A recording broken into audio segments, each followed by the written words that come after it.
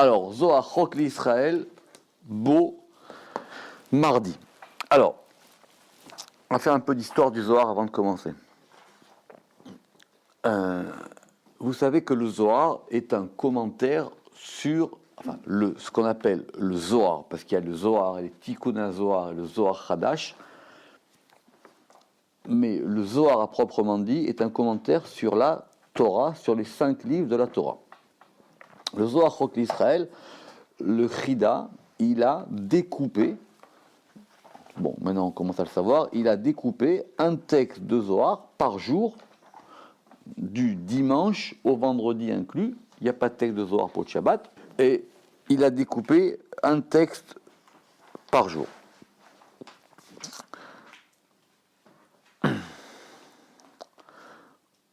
Le Zohar, tel qu'on le connaît aujourd'hui, il a été décidé et fait, et ça a été accepté par les imprimeurs italiens.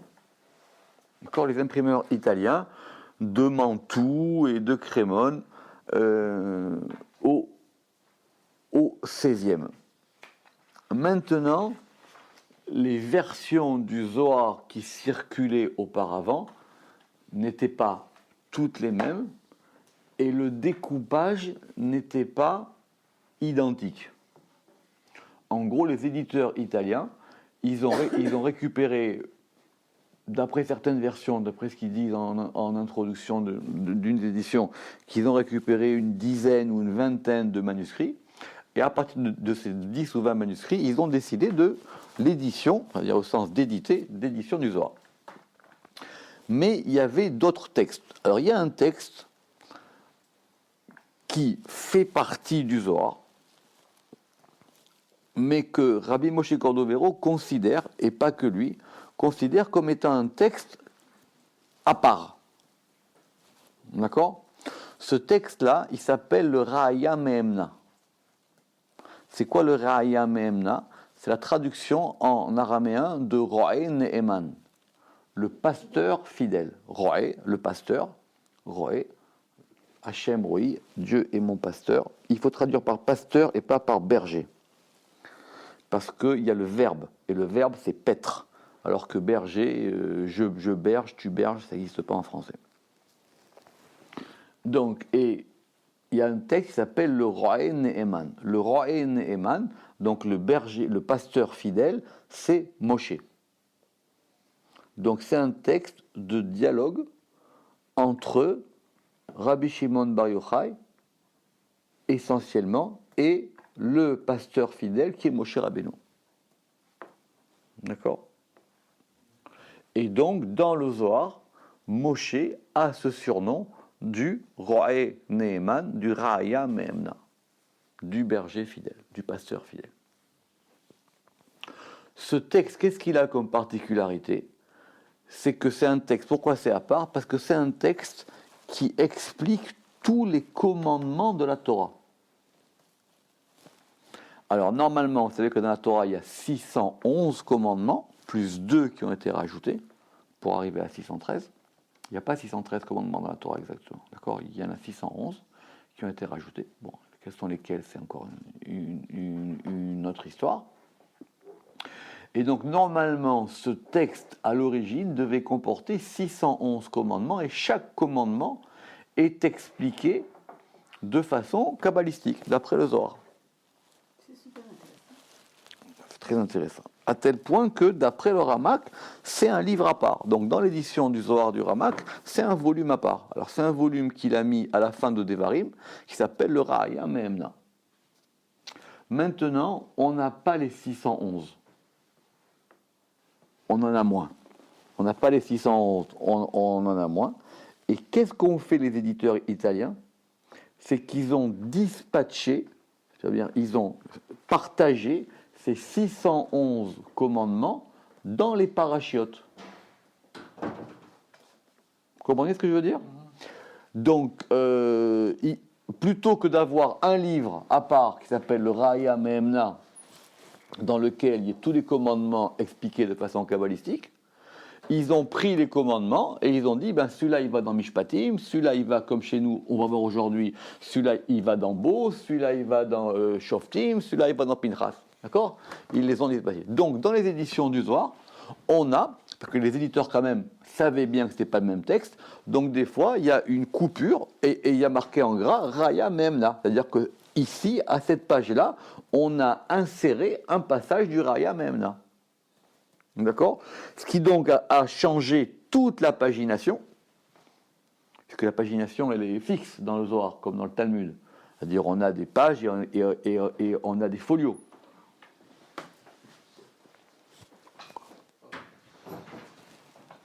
On a des pages, on a des pages et on a des pages et on a des folios. Donc ça a changé toute la pagination, ce qui fait qu'on peut pas s'appuyer sur la pagination ancienne. Bon bref, ça c'est compliqué. Et donc on a le Raya Memna. Alors des gens qui ont expliqué le Raya Memna, proprement dit, il n'y en a pas beaucoup. Parce que c'est une partie à part du Zohar. C'est une partie à part du Zohar, mais qui, je répète, qui est insérée dans le Zohar et que les éditeurs ont réparti en fonction des parachutes. Donc aujourd'hui, le Chida, il a inséré dans le Chok l'Israël, à la journée de mardi, un texte du Raya Memna. D'accord? Et ce texte du Raya Memna, donc on va étudier un commandement. Et ce commandement, c'est le commandement qu'on connaît tous, qui est le commandement de réciter la Haggadah de Pessah. Puisque dans Parashat Bo, on sort d'Égypte, que vous vous rendez compte que déjà la semaine prochaine, Béchalach, on traverse la mer Rouge.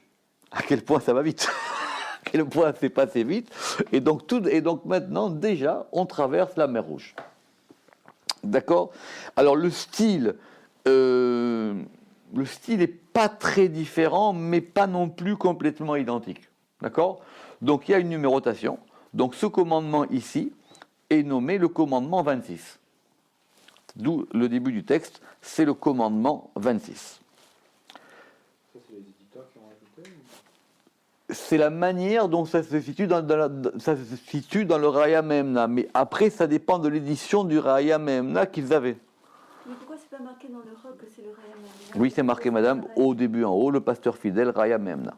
Alors, le 25, le 26 ici, c'est marqué ici. Alors, donc après, ça dépend de la version qu'ils avaient. Il y a un ou deux commentateurs qui ont fait des piroshim sur le Raya Memna en tant que livre en soi. Et en général, c'est inséré dans le Zohar. Alors, Kavav, donc ça commence comme ça, 26. Alors, et les commandements sont en plus expliqués dans leur suite logique. C'est-à-dire pourquoi celui-là vient après celui-là et pourquoi celui-là vient avant celui-là. Parce qu'il y a bien un ordre aussi dans la Torah. Pourquoi est-ce que les commandements viennent les uns à la suite des autres? C'est pas par hasard qu'on a mis un commandement après un autre. Alors, c'est pas très long, mais ça va vous donner une autre idée de cette histoire de la sortie d'Égypte. Kavav, Pekuda Batarda, donc le commandement qui est après celui-ci, c'est-à-dire le 25 qui était avant, et qui est le commandement du Bi'ur Hametz, qui est le fait qu'il faut détruire, voire brûler, parce que Bi'ur, les Va'er, c'est brûler, c'est détruire le Hametz. Donc le commandement qui est après celui de la destruction du Hametz, les Saper Bishvacha de Yitziat Mitzrayim. C'est raconter la louange de la sortie d'Égypte. Donc il y a une mitzvah, effectivement, de raconter la sortie d'Égypte. Donc c'est marqué là, en haut, c'est marqué plus tard, Ve'igata levincha, bayom haou, donc et tu raconteras à ton fils bayom haou en ce jour-là. Vous savez qu'il y a marqué 4 fois, et c'est en fonction de ces 4 fois-là qu'on a les 4 personnages de la Haggadah qui s'appellent le Chacham, le Tam, le Racha et le She'eno Yodé Alishal, parce qu'il y a marqué 4 fois, et c'est pour ça qu'on dit à chaque fois qu'on répond à chacun différemment. C'est là d'où sont venus les 4 personnages de la Haggadah. Donc c'est un commandement de la Torah. Question d'Alacha, si c'est un commandement de la Torah, pourquoi est-ce qu'on ne fait pas la bracha habituelle, Asher Kedushu Benota Vetsivanu à la Haggadah? C'est une question des Mefarshim à part. Mais c'est un commandement positif de la Torah, c'est une mitzvah de raconter. Alors d'où ça vient cette mitzvah de raconter? C'est intéressant ça. D'où on a une mitzvah de raconter. Les saper bishvacha de Yetziat Mitzrayim, de ii chiyuva al barnash, qui est une obligation sur l'homme, oui, qui est l'obligation pour l'homme ou sur l'homme, j'aime bien le sur l'homme. Alors, les ishtae be'ay shevacha le almin. Alors, les ishtae, c'est une forme araméenne un peu compliquée, mais c'est soit se raconter, soit raconter. Mais on va dire ici que c'est pour simplifier, parce que le terme va revenir plus tard et il aura d'autres formes grammaticales. Donc, c'est pour ça que je l'ai souligné, qui est de raconter, be'ay shifra, de raconter cette louange, les almin, pour toujours. Déjà, le Ramaz, la note 2, il dit que parce que nous étions tous en Égypte. Donc, il ne s'agit pas de raconter quelque chose qu'on n'a pas vécu.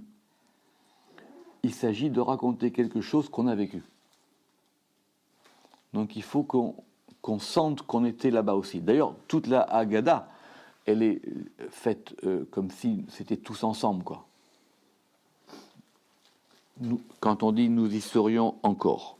J'ai pas compris la note 2, en quoi ça montre ça?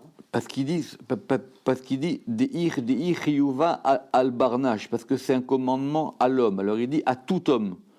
Alors tu peux dire mais pourquoi est-ce que je dois la question va être posée plus tard. Pourquoi est-ce que je dois raconter moi ça? J'y étais pas moi. Nous en général, parce qu'il faut éviter le fait que ce soit une commémoration.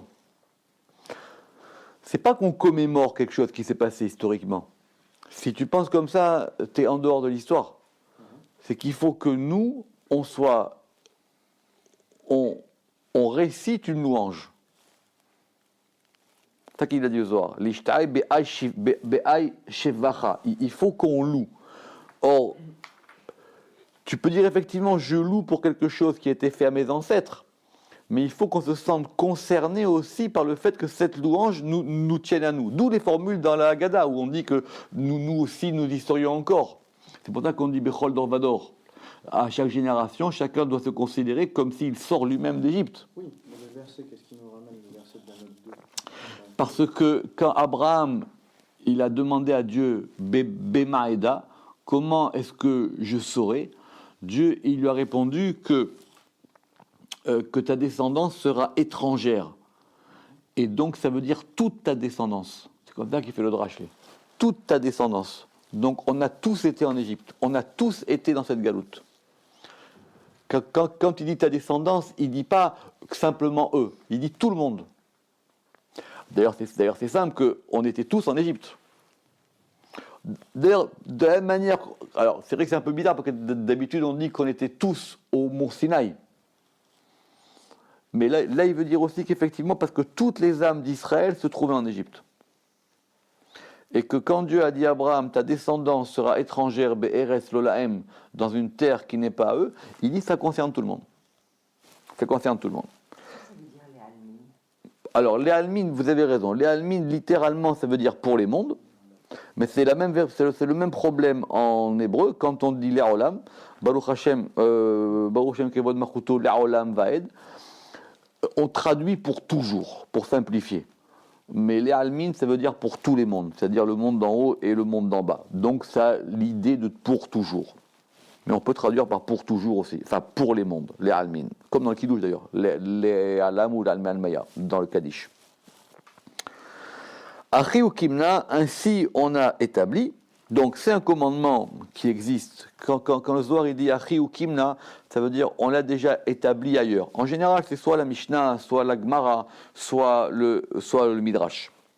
Kol barnash de ishtee beyitziat Mitzrayim, tout homme qui raconte la sortie d'Égypte, ou beaou sipur chade bechedva, et avec ce récit se réjouit de joie. Oui, alors c'est ça qui est intéressant. Il faut qu'on soit joyeux de ça. On ne commémore pas, ça je l'ai répété plusieurs fois, on ne commémore pas l'esclavage. On commémore la sortie de l'esclavage. On commémore la joie de la délivrance. on ne commémore pas le malheur, on ne commémore pas les souffrances subies. Ça, c'est la différence fondamentale. On commémore le fait que c'est fini, qu'on est sorti de ça et qu'on en est sorti totalement. Et effectivement, qui raconte l'ordre d'Égypte et avec ce récit se réjouit de joie. Alors il faut rajouter un inyan de Simcha ici. Il faut qu'on soit content de faire cette louange-là. C'est pas simplement qu'est-ce qui s'est passé, etc. Zaminiyu les merdés, celui-là il sera invité à se réjouir, Beshrinta, avec la demeure divine, les Almea Deate, dans le monde qui vient, Deu Chedu Mekula, qui est la joie de tout. Alors, on va prendre un peu de temps. Vous savez que la sortie d'Égypte, c'est le modèle de toute galoute, et c'est en même temps le modèle de toute délivrance. Sur ça, dans le Pardes Rimonim, le Ramak, il a une question, très simple d'ailleurs. Il dit, mais quelque part, donc c'est un peu raté. Parce que normalement, on aurait dû sortir totalement d'Égypte. Or, on voit bien qu'après la sortie d'Égypte, il y a eu d'autres exils. Bon, il y a eu aussi d'autres délivrances. Il y a eu Hanouka, il y a eu Purim. Mais normalement, la sortie d'Égypte aurait dû être le seul et dernier exil. Et la sortie d'Égypte aurait dû être la délivrance finale. Alors, il explique d'où ça vient. Il explique que c'est pour ça que c'est quelque chose qui vient d'un élément qu'on va appeler Bina, mais qui ne s'est pas totalement dévoilé. C'est pour ça qu'on dit que à Nissan, ils ont été délivrés, et à Nissan, ils seront délivrés. Parce que c'est dans cette même lumière-là. Mais c'est pas la même. Enfin, c'est la même source, quoi. Mais ça sera avec moins d'intensité. Parce que si vraiment c'est une sortie d'Égypte, et que cette sortie, elle est aussi forte qu'on dit, normalement, il n'y a rien qui peut l'annuler. C'est-à-dire qu'il n'y a aucune force extérieure qui pourrait venir plus tard et dire, bon voilà, vous savez quoi, vous êtes sorti d'Égypte, et bien maintenant vous allez repartir en exil. Et maintenant, il va encore vous arriver ça. Donc c'est pour ça qu'il dit que celui qui participe de cette chose-là, en y mettant de la joie, il sera invité à se réjouir avec la Shekhinah, parce que la demeure divine, c'est elle qui demeure, comme son nom l'indique, c'est elle qui demeure avec Israël, et le monde qui vient, qui est la joie de tout, parce que l'Alma Deate, le Olam Haba, le monde qui vient, il est lié à Bina, et Bina, c'est la Simcha. Donc c'est comme ça que le Zohar fait cette jonction de termes. Des Haï, Iou Barnage des Chadé Bemare, car il est l'homme qui se réjouit avec son maître. Vekucha Berechu Chadé Beausipo. Et le Saint béni soit-il, il se réjouit de ce récit. Alors on a rajouté un degré, c'est que maintenant cette joie, c'est par rapport à la Shrina et par rapport à Kucha Berechu. Alors Zohar va nous raconter une histoire, Besha'ata, à ce moment-là, donc au moment où on raconte cette sortie d'Égypte, Kanish Kucha Berechu lechol pamalia dile. Le Saint béni soit-il, il rassemble toute son escorte, c'est-à-dire toute son escorte d'anges, vers Marloun, et il leur dit, Zilu veshamu sipura dishvachadile, écoutez le récit de ma louange. Des kamishtaou banai, que racontent mes enfants, vehadan bepurkani, et ils se réjouissent de ma délivrance. Dans Char, là-bas, Char et Bina, du Pardes Rimonim, il explique que la Torah, elle n'a pas trouvé de plus grande louange pour Dieu de dire « Je vous ai fait sortir d'Égypte », à tel point que c'est répété 61 fois dans la Torah. Il y a 61 mentions dans la Torah où à chaque fois on vous dit « Je suis Dieu qui t'ai fait sortir d'Égypte ». À tel point que dans les 10 commandements, Dieu se présente en disant « je suis l'Éternel qui t'a fait sortir d'Égypte. Il ne dit pas je suis celui qui a créé le monde. Je suis celui qui t'a fait sortir d'Égypte. La sortie d'Égypte, c'est le plus haut degré. Et comme c'est le plus haut degré, c'est en même temps le degré où nous, on doit se rattacher le plus haut possible.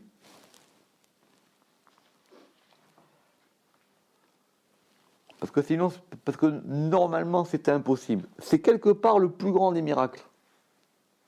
Le plus grand des miracles, c'est la sortie d'Égypte. Mais pourquoi on sait pas. Oui, bien sûr, on sait. Mais ça, il faut faire tout le char. Il faut faire le char Bina. Il faut faire la porte des 50 portes de la Bina. L'explication la plus simple, c'est que d'abord, vous savez quoi, sans parler de Sod, quand quelqu'un il a un problème, le plus dur c'est de s'en défaire. Aujourd'hui, on appelle ça les traumatismes. Ou on appelle ça, je sais pas, les PSD ou toutes les choses comme ça, etc. Parce que même si vous êtes sorti physiquement du problème, ce problème-là va continuer à vous hanter. On voit ça pour n'importe quel traumatisme. Or, la sortie d'Égypte, c'était ça, puissance encore plus. Normalement, on était liés, on ne pouvait plus sortir de là-bas. Et pour pouvoir se libérer de l'esclavage, il faut une force qui ressemble à aucune autre force. Parce que c'est comme si vous prenez quelqu'un et vous le faites sortir d'un degré A à un degré B. Et que cette sortie, elle soit définitive. Mais les Noirs aussi sont sortis de l'esclavage. On reprend.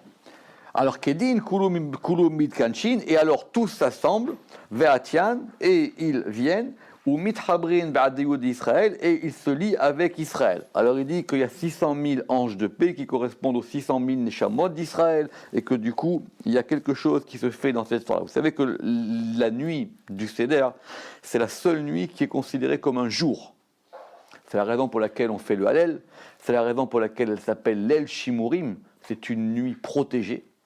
D'accord ? C'est que même dans la halakha, quand on fait des œufs, par exemple, d'habitude il faut vérifier s'il y a du sang ou pas du sang. Alors on dit qu'il y a un digne de l'El Shimurim, même quand on fait des œufs le soir du Seder, on n'a pas besoin de vérifier. Parce qu'on a une protection. C'est une nuit qui ne ressemble à aucune autre nuit. D'où cette fameuse chanson pour les enfants, Manishtana Alayla Azeh. Ça veut dire que c'est une nuit qui ne ressemble à aucune autre nuit. Et juste quoi, Behad Ayehud et Israël Des Behad Ayehud, c'est quoi avec. Be'adaïou d'Israël, avec Israël. Ou mitrabran, parce que moi j'ai traduit les trabers par se lier, et il se lie avec Israël, ou il se lie avec, ouais, c'est avec Israël. Et ces malachim, Veshamu sipura dishvacha, et ils entendent le récit de la louange, des kahadan bechedva des pourkana des maréoun, car ils se réjouissent dans la joie de la délivrance de leur maître. Le Ramad dit, ils voient de leurs yeux que ce récit les éclaire aussi. Parce que la Haggadah, elle a été rédigée. C'est vrai qu'on peut la prolonger dans le récit de la Haggadah. On rajoute beaucoup, selon les coutumes, des parties en judéo-arabe, en ladino, des chants plus, vous vous rappelez, Kilonae, ça dépend des coutumes. Mais la Haggadah, elle a été rédigée. Et ce récit, il a été rédigé par des gens qui avaient Ruach HaKodesh. Et donc, ce récit, il procure quelque chose. Il y a des Haggadot avec les Kavanot. Nous, on pense que c'est juste une compilation d'histoires qui a été faite comme ça.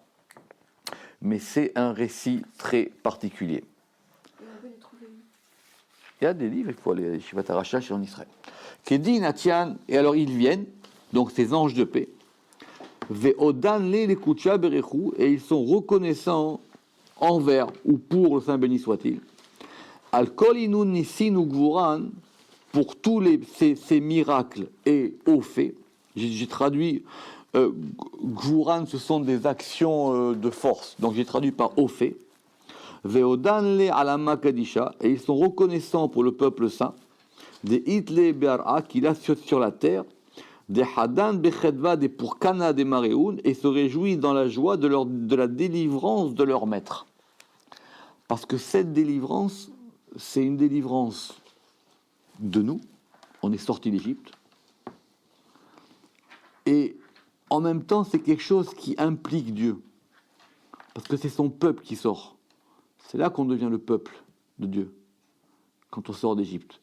Et donc, et ici, ce qu'on appelle les Malaché Shalom, ces anges de paix, en fin de compte, ils sont intermédiaires entre nous et lui. Parce qu'ils se réjouissent et pour nous et pour lui.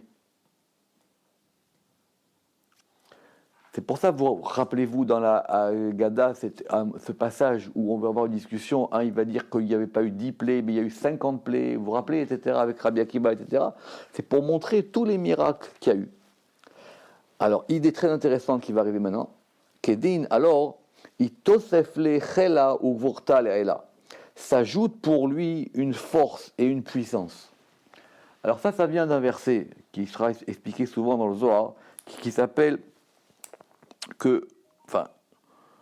d'ailleurs quand on dit quand on dit tenu oz la Elohim, donner de la force, de la puissance à Elohim. Il y a un degré où nous on donne de la force à Dieu.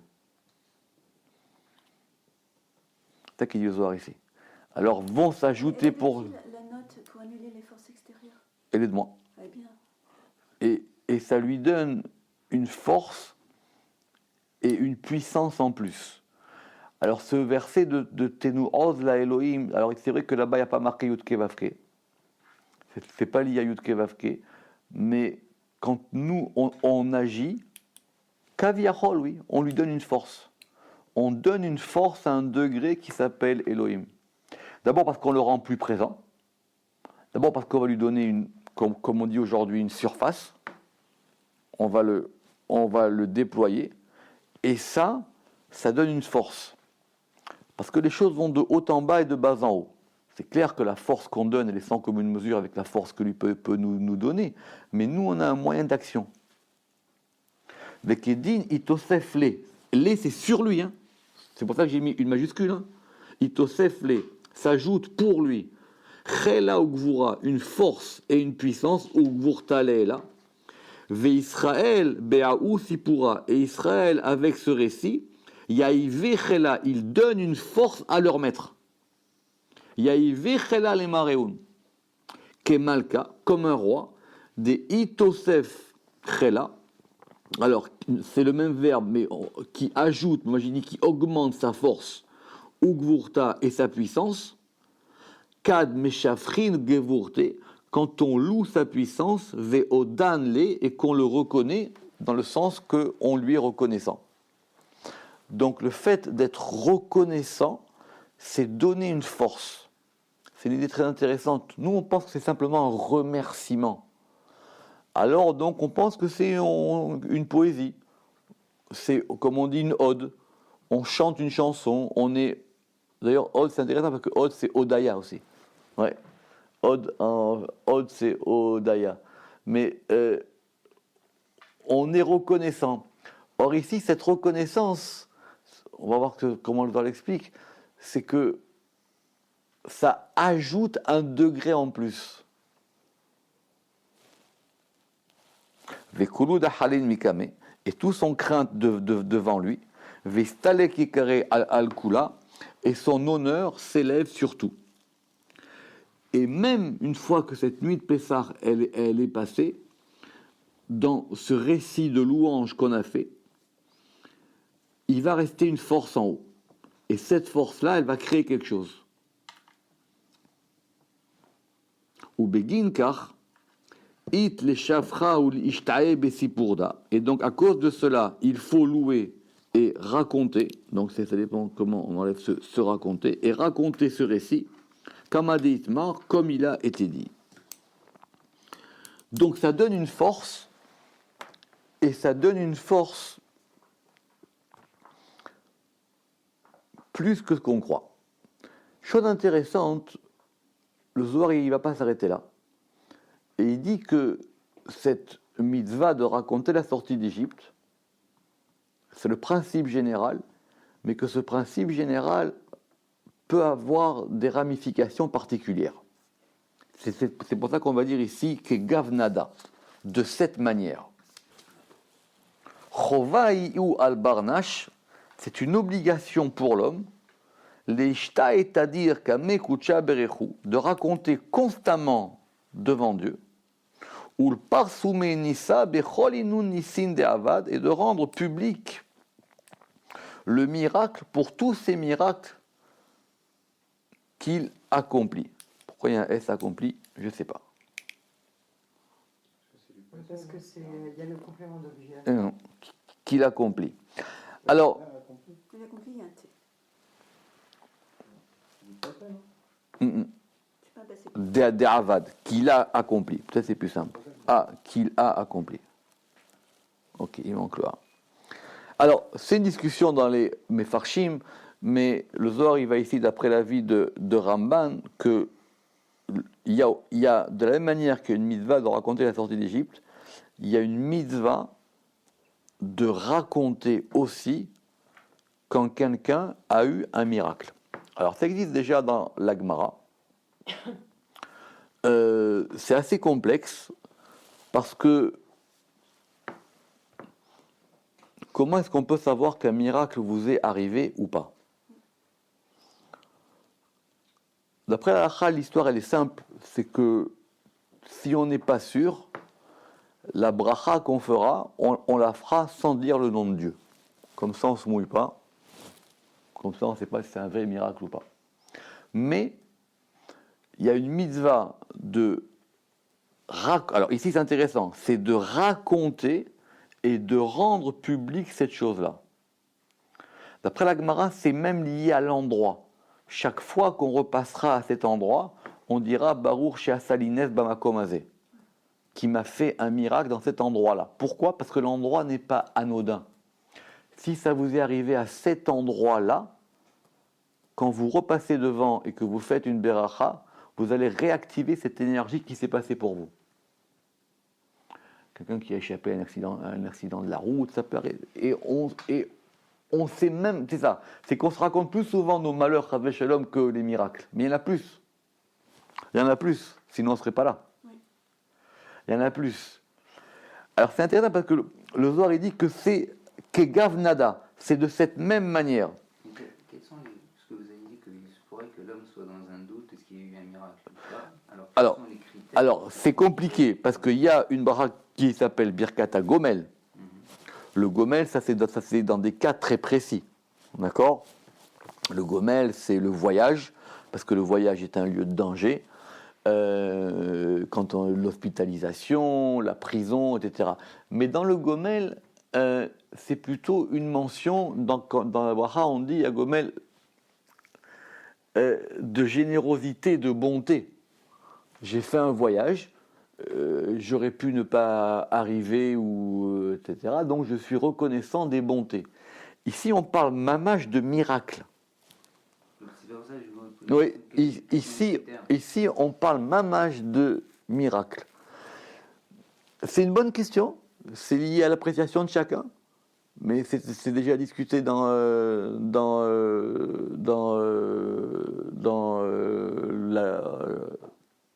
la Gemara. Il y a beaucoup de sipurim dans le Zohar. Je ne sais pas si vous vous rappelez, il y avait une histoire de quelqu'un qui a donné une tzedaka à un pauvre. Après, il s'est endormi. Et après, il y a un serpent, il a voulu le piquer. Et il y a un feu qui est descendu. Et lui, ce miracle, il n'a pas vu.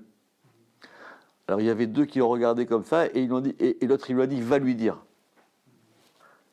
Lui, il dormait. Lui, il n'a rien vu. D'accord? Lui, il n'a rien vu. Après, c'est une question. Pourquoi? Bref, ils sont... Je suppose que la personne soit en danger, ou c'est une perte d'argent, ou quelque chose comme ça. Ça peut être à état de degré. En tout cas, c'est une grande question métaphysique. C'est quoi un S? Nous, on pense qu'un S, c'est quelque chose qui défie les lois de la nature. C'est faux.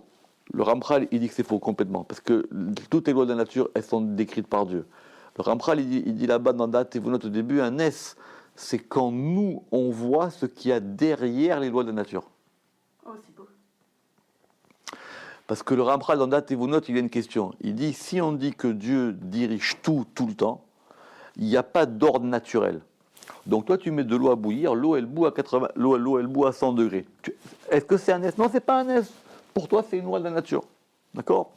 comme il a ramené le Rambam, proposer marqué d'Avodazara, Olam Keminagonoeg. D'accord? Quelqu'un qui fait des bêtises, ben les bêtises, elles suivent leur cours. D'accord? C'est une discussion dans la Gemara. Pourquoi Dieu, il laisse faire ça? Il dit parce que bon, c'est comme ça. Quelqu'un a fait une bêtise, il a fait une bêtise. Mais le Ramchal, il dit dans Dativunot que si on pense comme ça, hein, on a un problème avec le principe de l'unicité divine. Parce que si Dieu est un, donc il intervient tout le temps. Tout le temps. Donc chaque fois que l'eau elle bout à 100 degrés, c'est lui qui intervient. Simplement, comme c'est répété, nous on n'y prête pas attention. Maintenant, alors qu'est-ce qu'on appelle nous un miracle? On appelle un miracle quand on voit quelque chose qui ouvre le couvercle.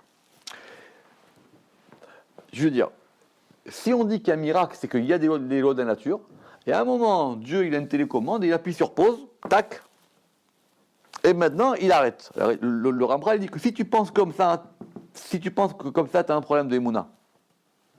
Ah oui, parce que tu penses que Dieu il laisse faire, et puis de temps en temps il se réveille, il y a à propos, tac, pause, ici, là, on arrête pour lui la nature, comme le soleil il va s'arrêter pour Yehoshua, comme la mer Rouge elle s'ouvre. Chaque fois quand Moshe Rabbeinu il a fait la demande. D'accord, mais ça veut dire que normalement le soleil se couche à heure précise, normalement la mer a démarré, et ça c'est pas un miracle. Et le miracle c'est quoi? C'est Dieu, il appuie sur pause, et il dit tiens maintenant je vais changer. Alors il dit quoi? Alors ça veut dire que pendant le reste du temps il s'occupe pas. Donc alors le Ramchal il va très très très loin. Alors la question que Benny Lévy il est posée sur le bras, il disait mais alors c'est quoi un miracle? Le miracle, c'est quand nous, on voit que tout est miracle. Oui, mais alors à ce moment-là, il n'y a plus de miracle dans le miracle. Oui. Quand on fait la prière du matin. Oui. Le miracle, c'est quelque chose qui te fait voir que tout est miracle. Oui, mais il y a des niveaux dans le miracle. Sinon, tout est miracle. Le miracle, c'est un dévoilement de la nature cachée des choses. Si je mets au même niveau l'eau qui bout avec l'ouverture de Yetziat Mitzrayim, avec l'ouverture de la mer, j'ai un problème. Non, parce que justement, alors ça c'est une autre question, mais là-bas, eux, c'est quoi un miracle? Quand on dit qu'ils ont vu ce que Yérézkiel n'a pas vu, c'est qu'ils ont vu la face cachée des choses. C'est pas que la mer s'est ouverte pour eux, ils ont dit ah youpi, etc., il y a un raz-de-marée. C'est qu'ils ont vu la face cachée des choses. C'est comme si on ouvre le couvercle. Normalement, nous, on voit pas les choses. En tout cas, ici, un miracle, à n'importe quel degré. Alors maintenant, le temps pour poser une question. Veitema, pourquoi est-ce qu'on a cette obligation? Le fait de raconter la sortie d'Égypte, ok, on le sait. Maintenant, pourquoi tu vas dire qu'on a une obligation de raconter chaque fois qu'on a eu un miracle? Et Dieu, il sait tout.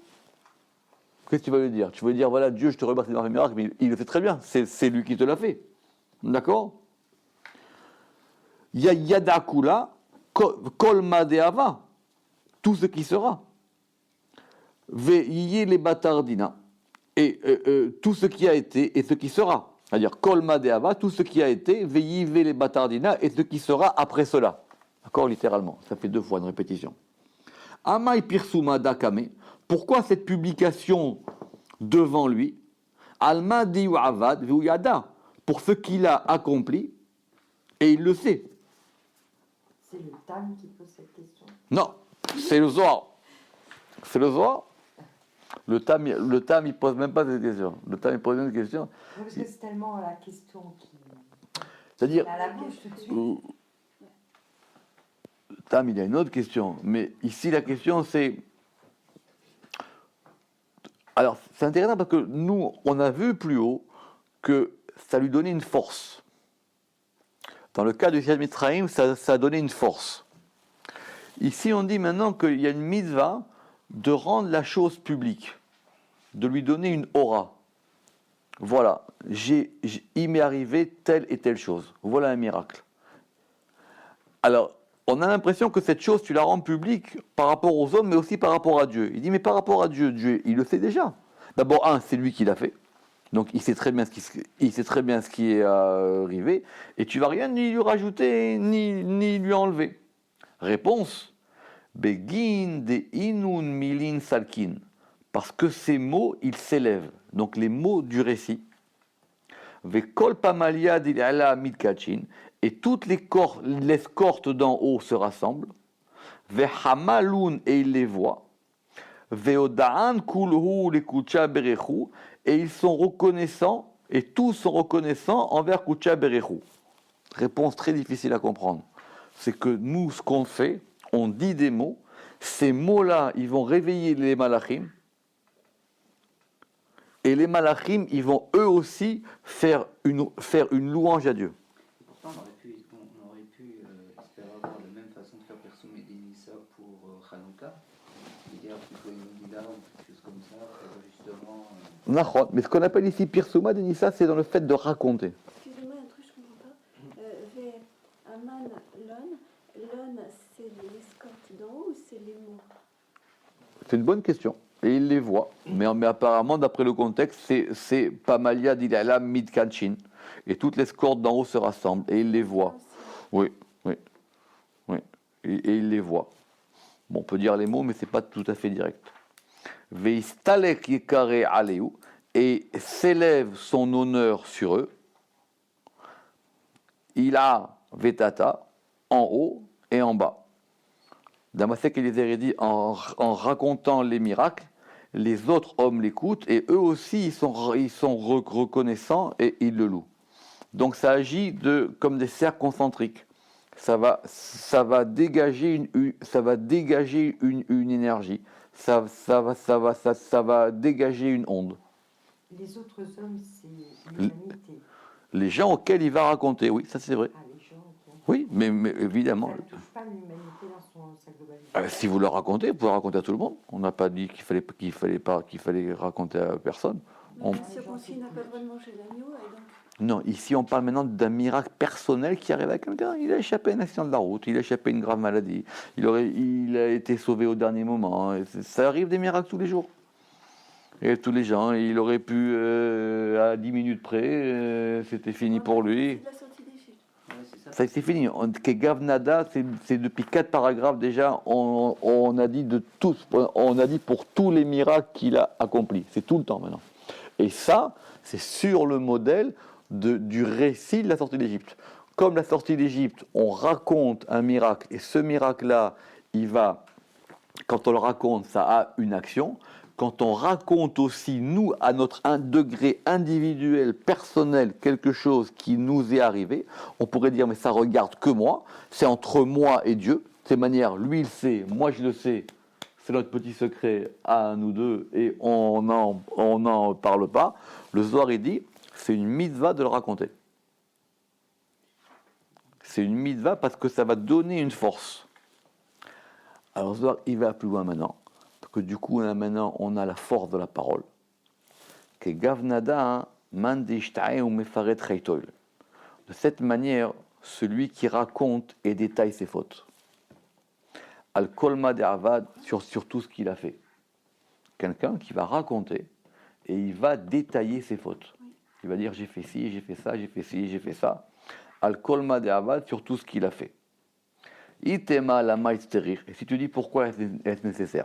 Alors vous savez que à Tzfat, à l'époque du Harizal, il y avait des chavurot, il y avait des petits des groupes, d'accord? Et ils avaient établi des règles entre leurs groupes. Et dans une de ces chavouras, qui était la chavura du Ramak, il y avait aussi apparemment le Al-Shir, je ne me rappelle plus très bien. Le vendredi après-midi, avant Shabbat, ils se réunissaient et chacun y racontait les choses mauvaises qu'il avait fait pendant la semaine. Genre professionnel. Chazak. Alors il y a. Les enseignants faisaient ça aussi. Alors il y a. Les enseignants faisaient ça. Alors il y a des gens qui ont critiqué ça, qui ont dit c'est pas bien.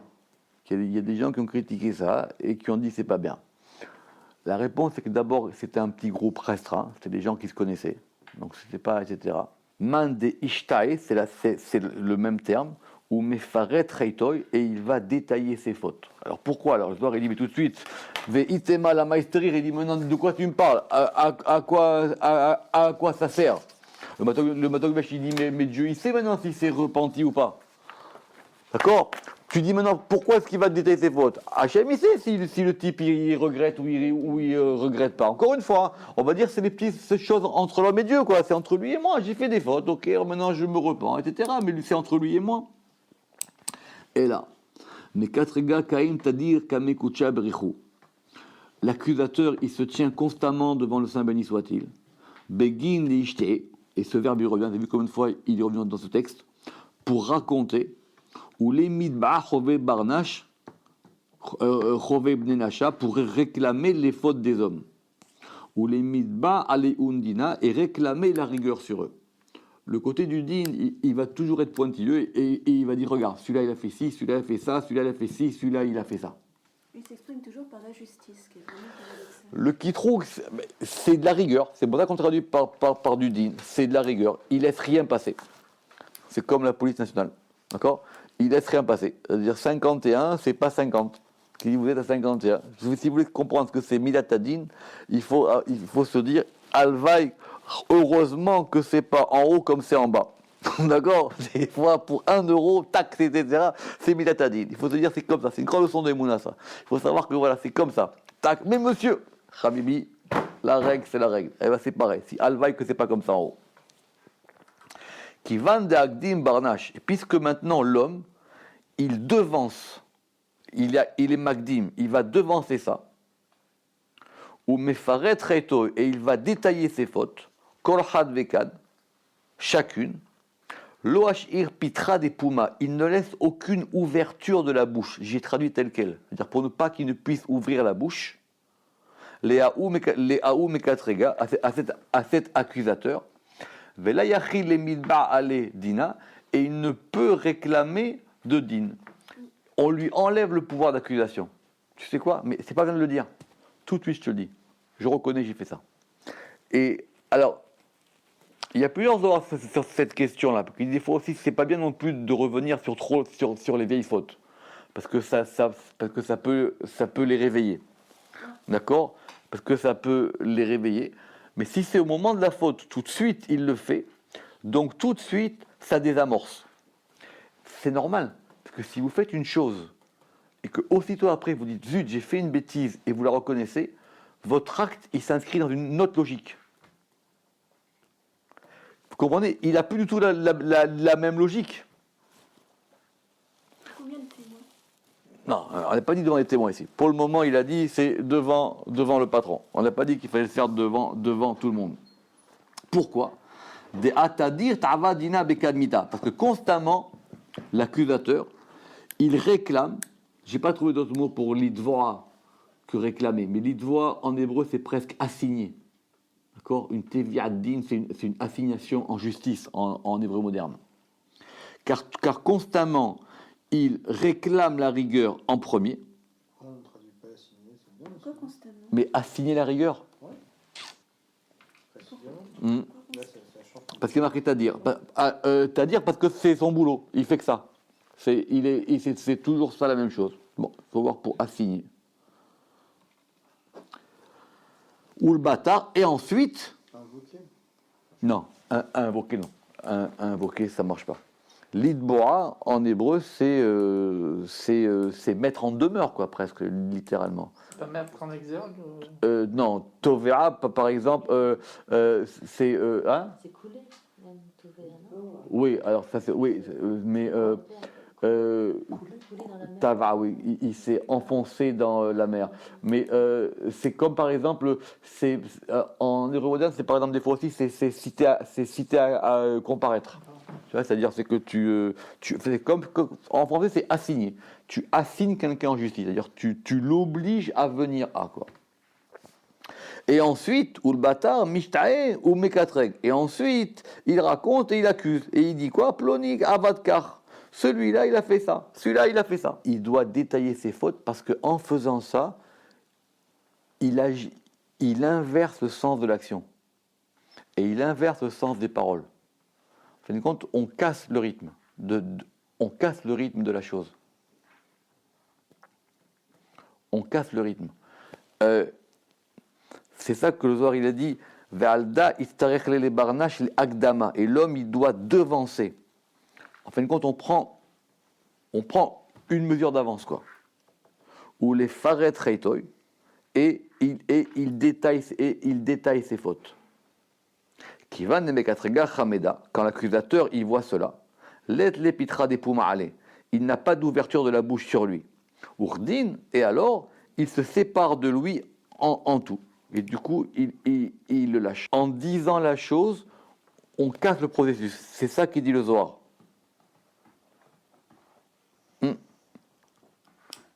Qui va nemekatrega chameda, quand il voit cela, let le pitra des pumaale, il n'a pas d'ouverture de la bouche sur lui.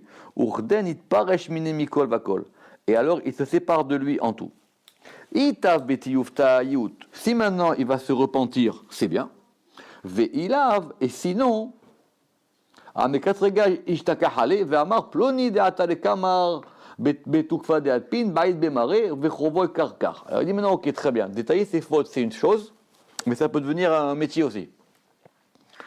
D'accord, le type, il peut faire ça tout le temps. Alors il faut que ça soit suivi par un processus de teshuva, ce qui est d'ailleurs l'ordre que donne. Alors c'est intéressant parce que dans le Rambam, c'est la teshuva et le vidouille, et ici c'est le vidouille et la teshuva.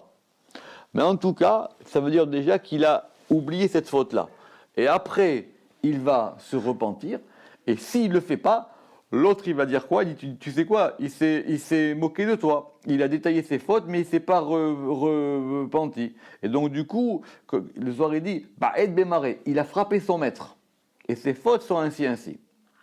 Alors il dit, Alda yi'ut lizdara barnaj bechol ane. Il convient de prévenir l'homme de tout cela. Begin d'ishtakar avda meena, pour qu'il se trouve serviteur fidèle. Kame kucha berechu. Baruch Adonai Le'olam. Amen ve Amen.